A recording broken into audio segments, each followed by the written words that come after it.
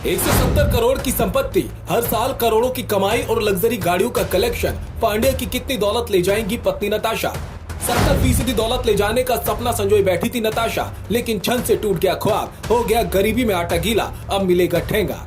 हार्दिक पांड्या के नाम पर नहीं है एक भी गाड़ी। 20 करोड़ की मालकिन है नताशा। अब सर्बिया लौटने के बाद हार्दिक पांड्या पर करेंगी केस। करोड़ों के घर में रहती थी, लग्जरी गाड़ी में चलती थी, बड़े बड़े होटल में आना जाना रहता था, टीम इंडिया के साथ घूमती थी, तो नताशा को लगा कि तलाक के बाद तो मालामाल हो जाएंगी, इतनी संपत्ति हाथ में आ जाएगी तो दोबारा मॉडलिंग शुरू करेंगी। लेकिन उनके साथ शायद खेल हो गया। हार्दिक और नताशा की तलाक के बाद अब सबसे बड़ा सवाल यह है कि नताशा को हार्दिक की संपत्ति से कितना हिसाब मिलेगा।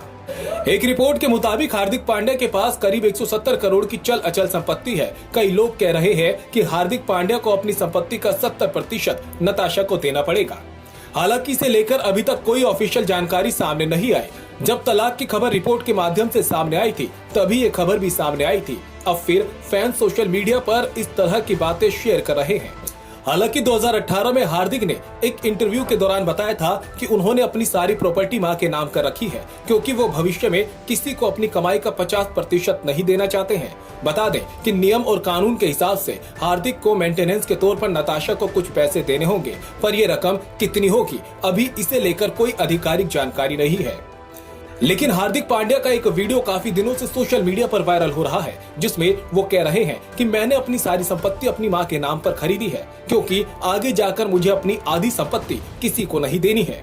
हार्दिक वीडियो में एक इंटरव्यू के दौरान अपने अकाउंट के बारे में बात करते नजर आ रहे थे। उन्होंने कहा, मेरे पापा के अकाउंट में मम्मी पार्टनर है और मेरे अकाउंट में भी, और भाई के अकाउंट में भी वो पार्टनर है, सब उनके नाम पर है।